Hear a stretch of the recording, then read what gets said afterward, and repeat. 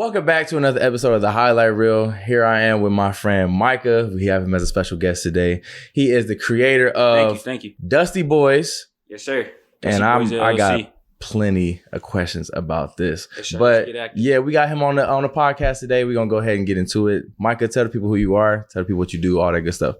First off, Gerard, thank you for having me. I know we've been working this out for a while now. Yeah, man. Definitely. You're a busy man. Yeah. Got to put the groundwork in. So I actually got something to talk about, you know? Yeah, so I feel that's that. really just taking my time, developing the brand a little bit more to have some more to talk about. So appreciate you working with me, being patient. Yeah. I'm glad to be here. Happy to be here. Yes, sir. So yeah, I'm Micah. Micah Payne, for those who care that much. Also go by Dusty Boy Escobar. That's my artist name. Besides the clothes, I make music as well. So people call me Young Young Escobar. Go by many names, got many titles. All right. For the many different crafts. So it seems like, because we went to high school, we went to Walnut Hills together again, Shout out of to course. Eagles. Yeah. So it seems like you started rapping and you started Dusty Boyz while you was in high school. Yes, sir. So what Yes, sir. what inspired all of those things? Man, just a love and a passion. Off rip, since a youngin', I've always loved clothes. Yeah. I always loved music. Both those things have been a huge part of me my whole life. I've been in choir since I was in third grade. You were in choir? Yes, sir. I don't think I knew that. North Avondale. Okay. North Avondale Montessori.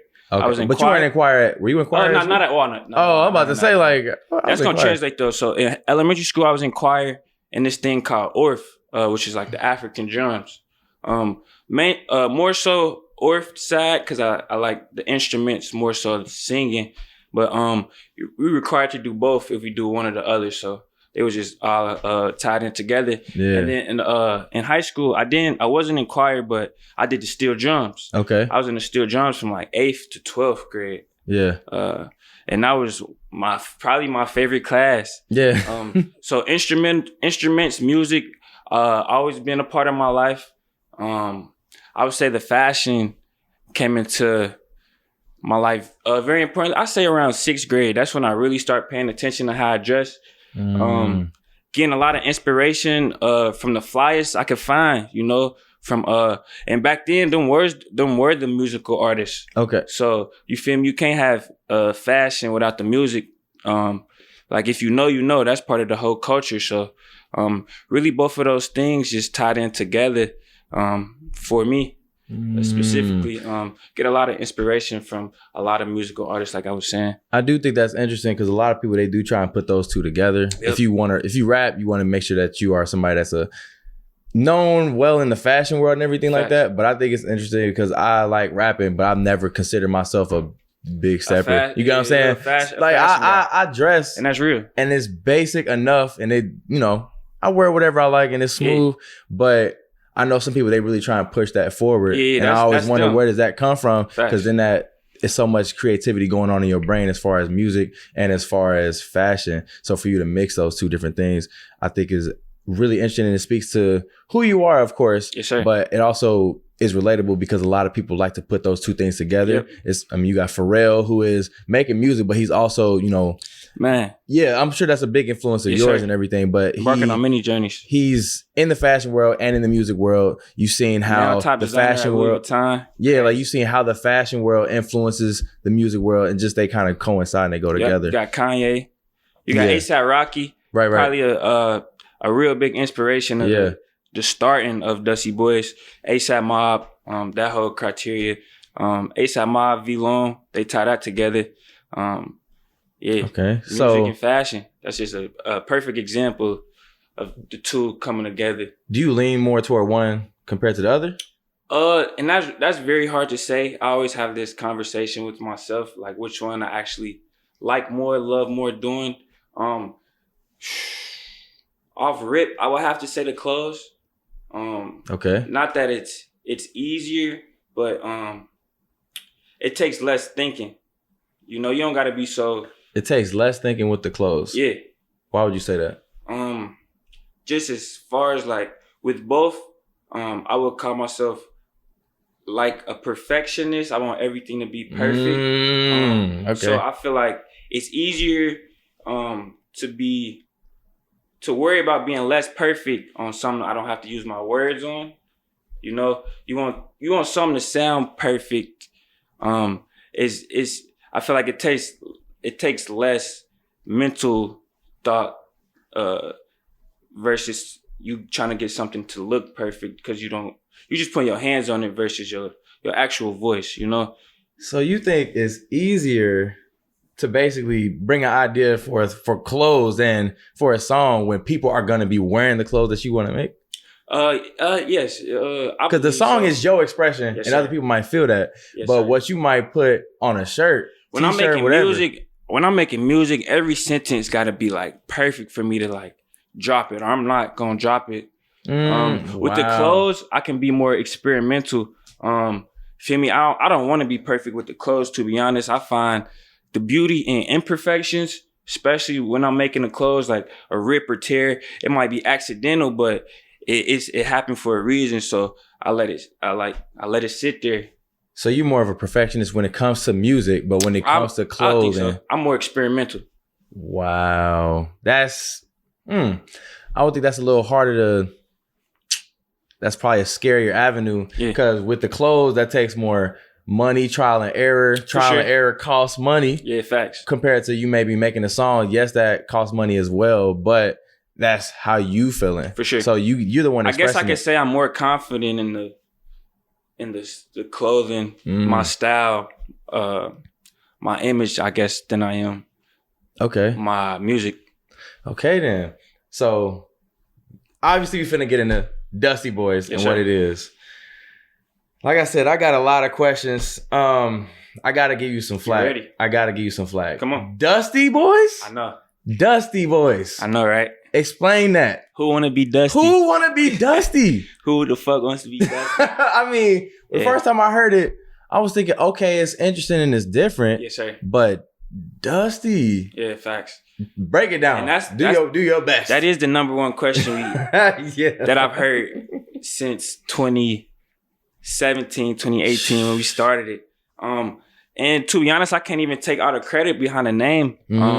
The term really came from the homies, some of my best friends, you know, CJ, Curly, CJ Rob, and then my boy Carter. Okay. I don't know if you remember Carter. He was in and out of all night. He was off the top of my head. He was in and out. Our boy from Jersey. Okay. Around 9th grade. Oh, Carter. He was cool. Carter was cool. Facts. One of the flyest guys you'll ever meet. Carter was cool. One of my biggest inspirations with the fashion. Like, no cap. The retros, baze. They came up with the term, to be honest. It was around that time in high school where it was like prominent that you in like a clique or like your group of friends has to have a name. I know you remember Money Boys, Fly Guys, or just to that extent. I don't know if you like. I think some of that makes sense because at least in at least my senior year, the game that everybody plays their senior year, I won't speak of necessarily, but I think we had a team name or whatever, and I think that kind of stuck with us a little bit, but I know with some of my friends in college, we lived together and we call where we live a certain name. Exactly. So when we refer to that, we know what it means, and a lot of other people know what it means too. So I get what you're saying. So that came. The term Dusty really came. I can't believe that. I know it's crazy. It's different, bro. It really came upon to describe how we dressed, I would say, and that being, I feel like we did dress a little different than everybody else. Around that time, what was popular, man? Like probably like Aeropostale, Hollister, what else? Abercrombie, the very like very traditional style. And I feel like we went the complete opposite. Like when people was wearing jeans, we was wearing sweatpants. You feel me? Sweatpants are like a pullover though, like a collar shirt. Mixing in the cozy with the classical. You feel me? Which was not necessarily your traditional type style. So people looked at it and was like, this different, but I like it. Okay. So I was actually wondering if that was a marketing tactic in a way, because hearing Dusty Boyz is confusing. Yeah. And to really plaster that up on shirts, signs, and we saying we are Dusty Boyz.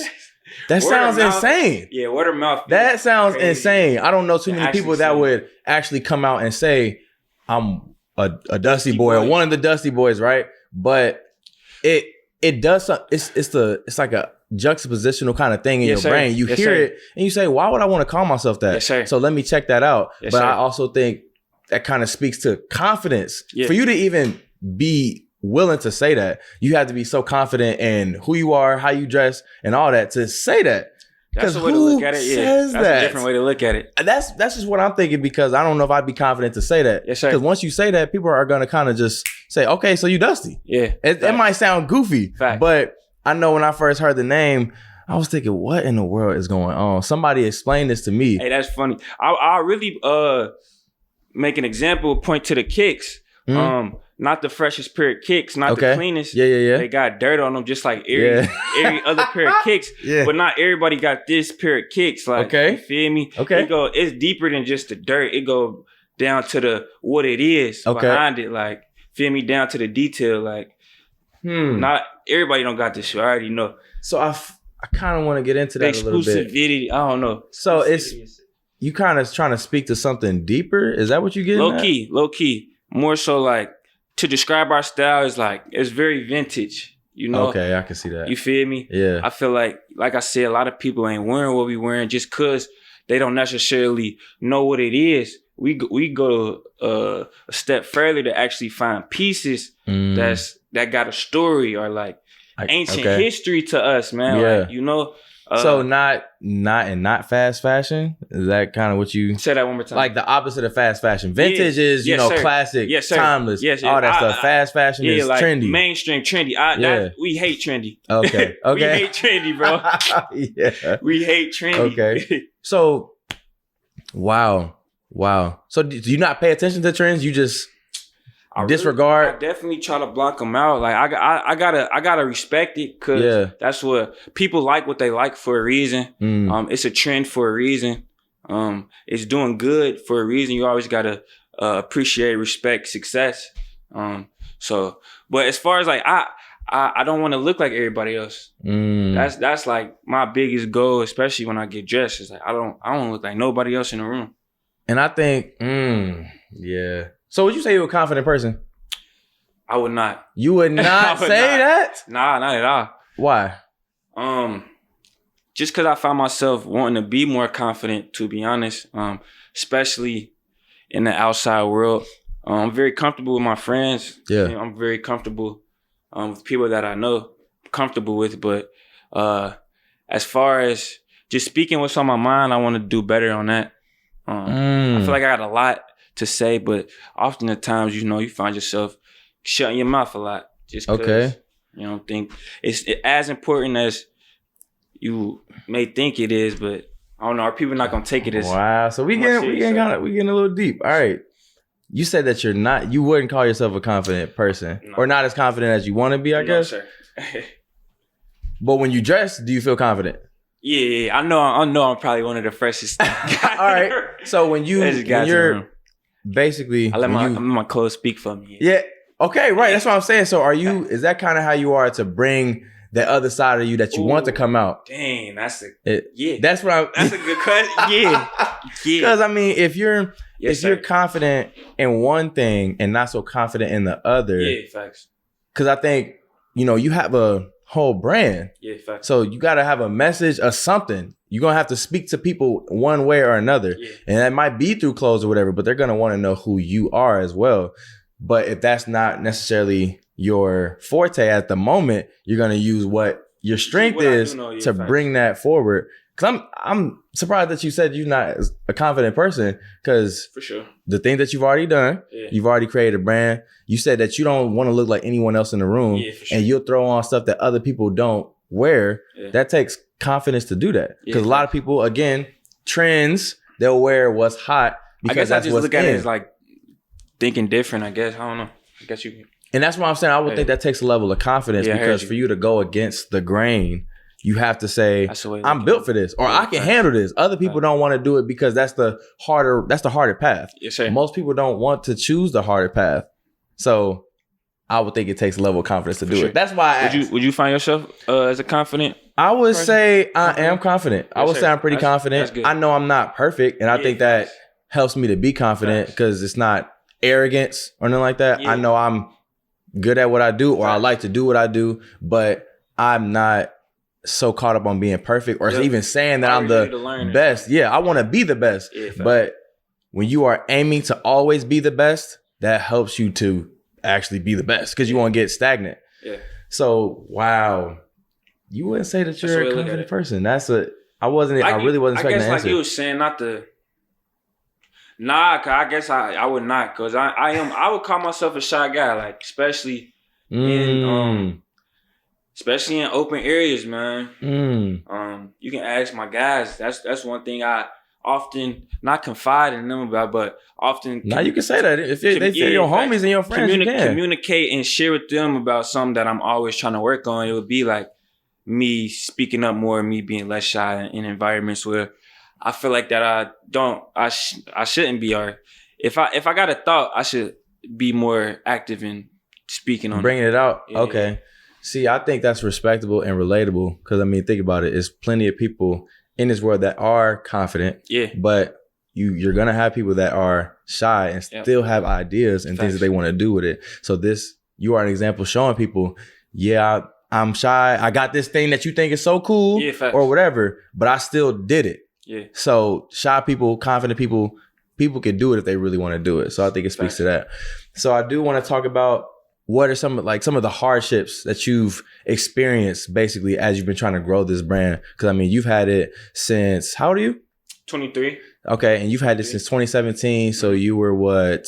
17. Exactly. So what are some of the hardships that you've experienced? Because I know that it's grown, and we're gonna get into this a little bit more in a second. But you've had different logos over the years, so I'm thinking that comes with evolution, that comes with growth. So, what are some things that you've experienced during your time owning this? I would say, kind of going back to that level of confidence, but as more so like you were saying, speaking it through the clothes and fashion, just like making a piece.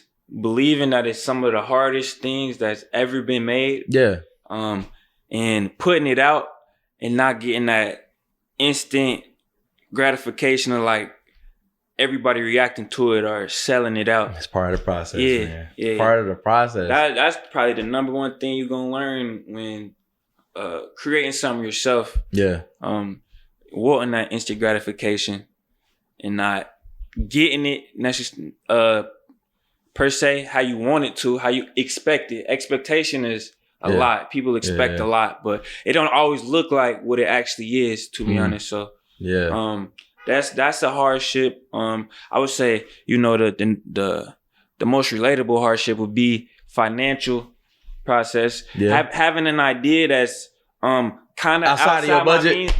Outside of my budget. Wanting to create it so bad, but you got to put it to the side. So you can work with what you got to maybe boost the funds or just like get people familiar with it that you're actually doing it. So you're not necessarily waiting just so you can drop that one piece that you got in your head that's you can't afford yet. So I get you. That's a second hardship.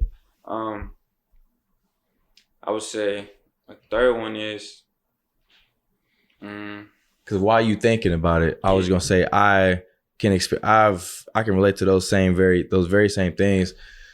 Because you have an idea and you want to bring it out, but at the moment you don't have this certain things for it.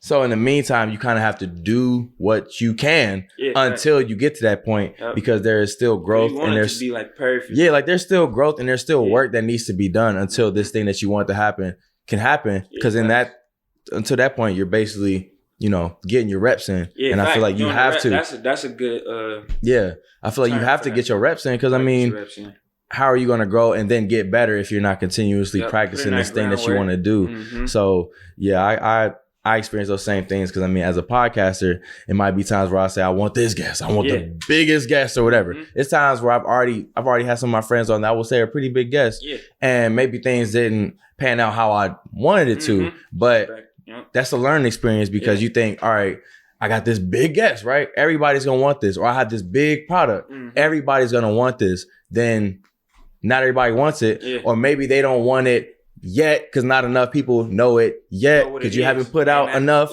yet.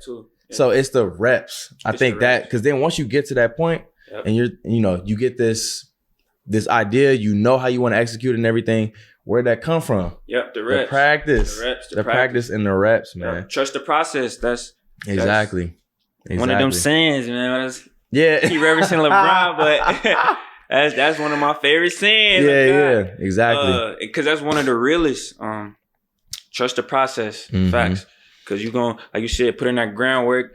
You might do something you don't know you gonna need for the later game or later rep. So we talking about trusting the process. All right. So here's something interesting. Because you are a young entrepreneur, would you say that you're disciplined? Ask my pops. Ask my pops, he gonna tell you no.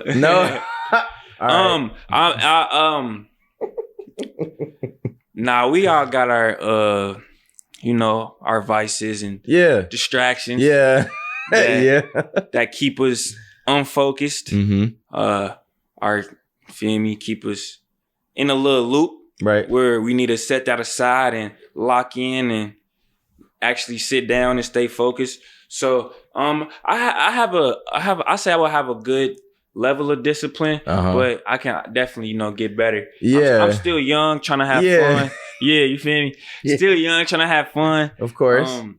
Especially in this type lifestyle,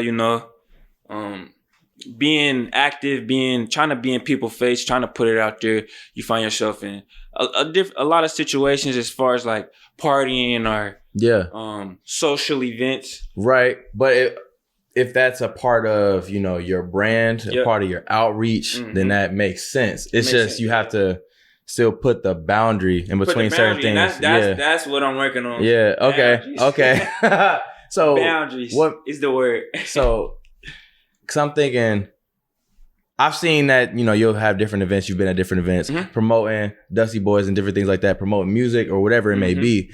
And I'm thinking, if you're at a party, even though you're there for business, you might loosen up. You might see some girl, or you might hear some music. You having a good old time. So some of that focus is lost. But I think when the end goal is accomplished, then that still speaks to some of the mental training that you've had to and that's where I would say I would have to get better on my discipline level, is being in that type of environment, having to, you feel me, keep the eyes on the end goal. Not being so distracted as much is where that difference gonna come in.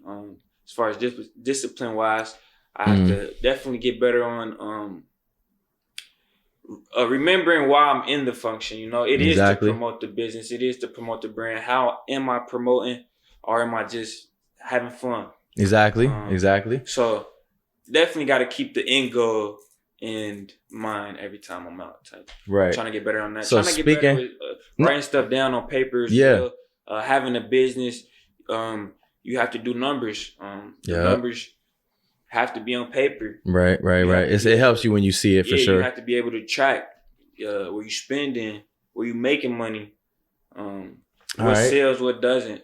So here's another question. And we're talking about end goals and everything. And I talked earlier about how the brand has evolved because you've had different logos and stuff like that. So how have you grown with the brand? Or how has the brand itself made you grow as a person? That's a great question, bro. So, I would say having a brand, you have to become the brand. Okay. That being said, I have to. You think so? Yes. I feel like. So when do you separate from that, or can you? Is that a problem? Answer any one of them questions you want. And that's another great question. I feel like where I'm at now, it's very tough separation from me and the brand. People see me, they automatically think Dusty Boyz. That's which can be a good thing for sure. Facts. That's the first thing they say. I'm at work, wherever. Like first thing they see me walk in, they call me Dusty Boy. Like so that's crazy, man. I can't lie. I can't lie. And it's funny. I'm like that's because to you that's a compliment. Yeah, facts. But to me, I'd be like, that's excuse crazy, right? you. And that's part of the growing process too, because people first hearing it, they had that initial reaction like, what is Dusty Boyz? But then me showing up every day, rocking the brand, me speaking upon it, they get it a little bit more and more every day. So the term Dusty it's sticking. You feel me? The term Dusty is evolving in their mind as well. Yeah, you making this work. That's why I think that takes some confidence and some willpower. Cause bro, to get people to call themselves I'm a Dusty Boy. I ain't never heard nothing like that. So you got something going. Something working for you. Thank you. I don't know how you doing it, but it's working, bro. It's working. I don't know either, man. That's what I was saying. I just gotta be it. Right? Yeah. So, and I do want to briefly talk about why your logo has changed. Yep. So so much over the years. What's made that happen? Why have you changed your logo so many times? So at first, never even had a logo. Okay. Dusty Boyz was just the logo itself. I used like a varsity brick letterman text. That was a logo itself. But that was too plain for me. So I was just thinking about how to evolve it to make it smaller, because you know a logo you want to stick with people. You want it to be like an image almost. Because when I think of Dusty Boyz, I think of the big yellow letter D, and it's a you said what? Yeah. And it's a B. Yep. Right. I'm like, yep. Yep. So just developing that, going off that, was pretty wild. Like I said, I used the letterman text. A lot of my inspiration comes from, I would say, collegiate, where a lot of like I can see some of that. Style. I can see because y'all had a Letterman jacket. Oh yeah, I done put a few samples. Okay. I've been working on something like that for a while. I had the block letter text on like a hoodie logo. So saying that to say, I was thinking of a mascot. You feel me? As far as like to put on the brand to make it like collegiate. Yes, okay. Sir. Okay. Yes, sir. Consistency. Yes, sir. Theme. I see it. Yes, I'm seeing it. Create a theme. Yeah. Trying to create the theme. Wow. Wow. The B came from just the initials. The initials DB. Yeah. DB. So we always B is for the letter B. Kind of, sort of. So I never thought of it. You can see it that way. And when you just creating, you'll find just little shit lining up like that. It just becoming like, it's crazy. So thinking of a logo, thinking of a mascot, was thinking like what is gonna be it? And like I was saying, I don't want it just to be a regular mascot. Feel me? Like a lion or a tiger. We from Cincinnati. An eagle trying to steal from a walnut. So I had to. Okay. I was thinking of something I was brainstorming on one. So just brainstorming on that, thinking about the initials. A lot of people always shorten Dusty Boyz with just DB. That's how we pronounced it. DB. So that DB really was just sticking with me. And for some random reason, around the same time in high school, I was just attracted to bees. Just randomly. Like, feel me? And then I was doing research on them, finding out they was going extinct, blase. Okay. And just gained their attraction to them, realized how important they are to daily life, the cycle of life. Wow. So for some reason, bees always just resonated with me. So just going back to that DB, thinking of a mascot, it low key was just, it just came up on its own. It was just, feel me? It's a lot going on up here. I like that though. I like that because again, as a creative, a lot of things seem random, but if you find, a purpose or a message in that, you kind of want to incorporate that into what you got going on. So, because that right there kind of speaks to you trying to give back in a way, like raise awareness for something one way or another. Wow. Okay. Yes, sir. Yes, sir. I appreciate hearing these different things, man. I really do, because it's something, like we said. Appreciate you bringing it out of me. Yeah. Sometimes you got to remember. Right? Yeah. You got to remember who you are. I got you. Because, bro, when you have all these big ideas, sometimes they don't make sense, but you're trying to bring something forth. And then, again, from that, you'll get another idea, because you're fleshing out ideas and you're thinking, okay, I liked what I did there. That might have confused people, but I still put that out. Let me go ahead and tweak a few things. It a little bit exactly. More. So like doing that with a logo, finding different things to tweak. It makes people ask questions, but then it also adds a story. And when people don't always necessarily buy a product, they buy why you made it or the story behind it. So I think having a bigger story like that definitely helps you with the brand, helps you also as a person as far as your growth and its growth. So I do want to talk about, shout out to our homie Antonio for Artists Need Lunch Money as well. Man. I know that you did a collab with them before. Yep. So what made you want to do a collab with Artists Need Lunch Money? Was it like a consistent message between y'all you thought matched, or something else? Y'all just thought it was cool? What led to the collaboration between the two brands like that? From your perspective, obviously. Yeah. It was really off the strength. I feel like we was on the same page. Antonio started on the clothes, the merch way before I started. Right. I think he started back in high school as well, back in Walnut. Yeah. So seeing his development on that always caught my eye, always caught my attention, because you don't have a lot of people.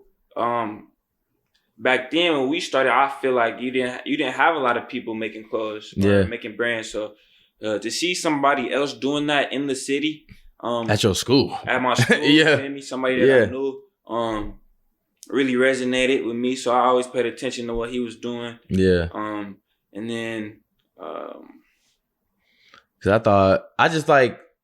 so this is a brand that I really like, because I would consider myself, a creative and therefore an artist one way or another. And Artists Need Lunch Money shows that even people with these big ideas need help. Need that funding. Yeah, like we still need help. Backing. And it also helps build a community behind the facts. Yeah, because we need lunch money. I didn't say I need millions of dollars. I just need some support. Yeah, facts. And I think that's what we all need, is some support. If you got an idea and you get some support behind it, ideas take off that way. So I think it starts with, your friends, your community, different things like that. And for y'all to bring your communities, your brands together, I think that helps to add to a bigger picture. Story. Yep, bigger picture, bigger story. Yeah. Yep. Just going back to the respect thing, I always just respected what he did as far as the clothes, like you said, building that community. Yeah. I think when I first hit him up, he was doing work with other artists, helping them raise money for their projects, doing different merch from put some money in their pocket, bring awareness to their art, what they're actually doing. As an artist, like I said, making music other than clothes resonated with me as well. Yeah.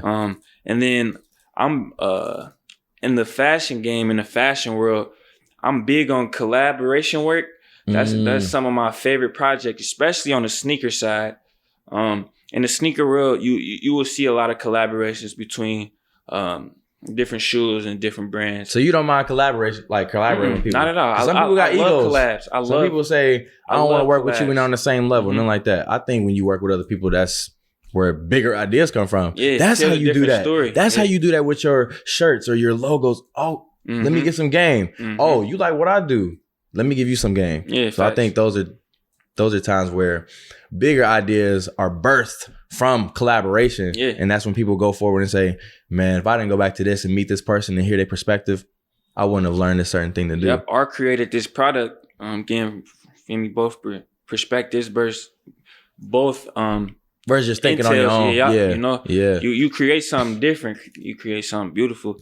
And I was at the time I was probably second year officially doing Dusty Boyz, because I started Dusty Boyz in 2017 high school, but took a break from it, was trying to redevelop, came up with a couple different brands within it, but then I came back to it my freshman year of high school, freshman year of college. Yeah. So that was around 2019. We linked up 2021.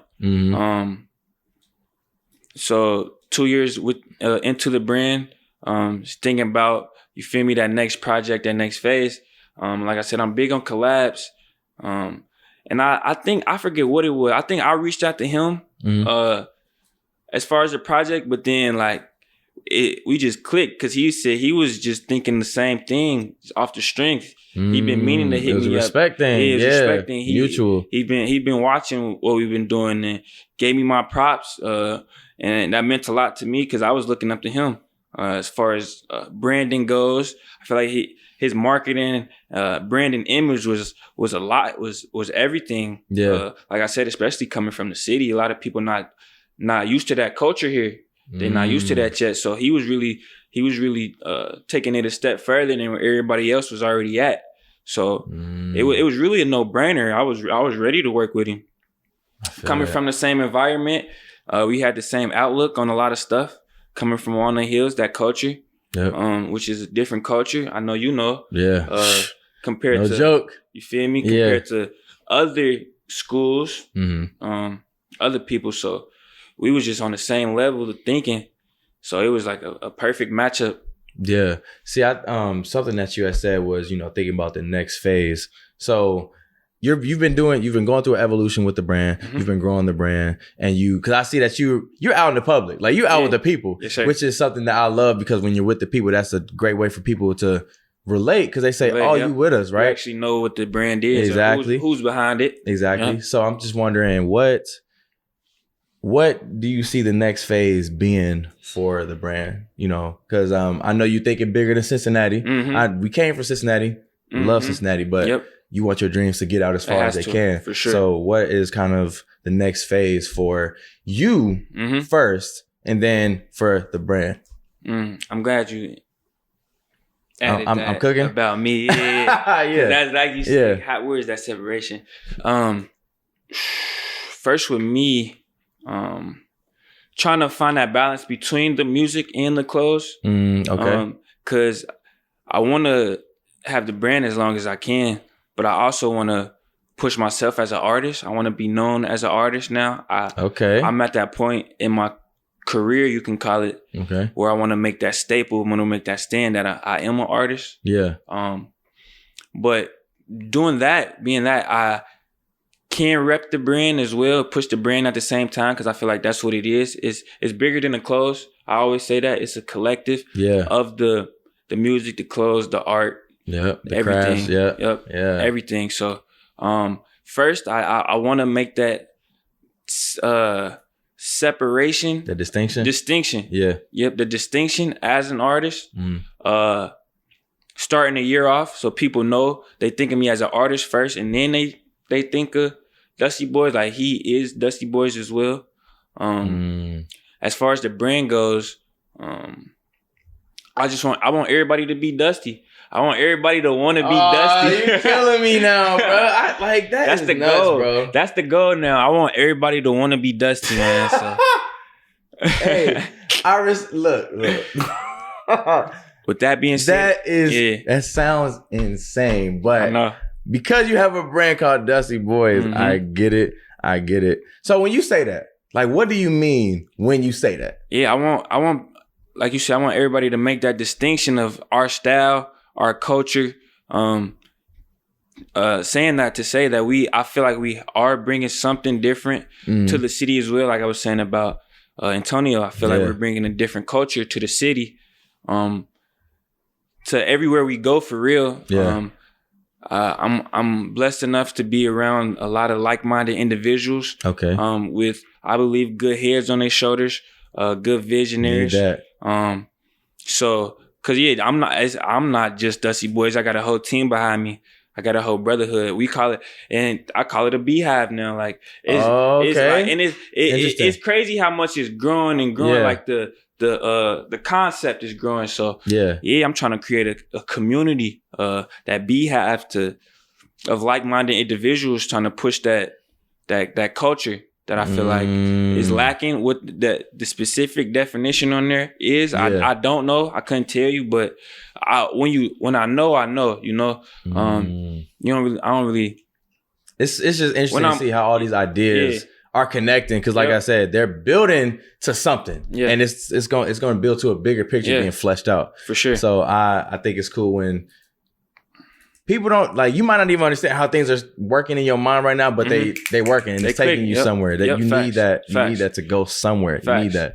So trusting the process, trusting that, trusting the gut too. Not necessarily having a real direction, but just being ready to grow. Being ready to keep creating. And finding your way. It's the drive, you know. Yes, sir. I'm in a big point in my life where I'm just ready to learn a lot.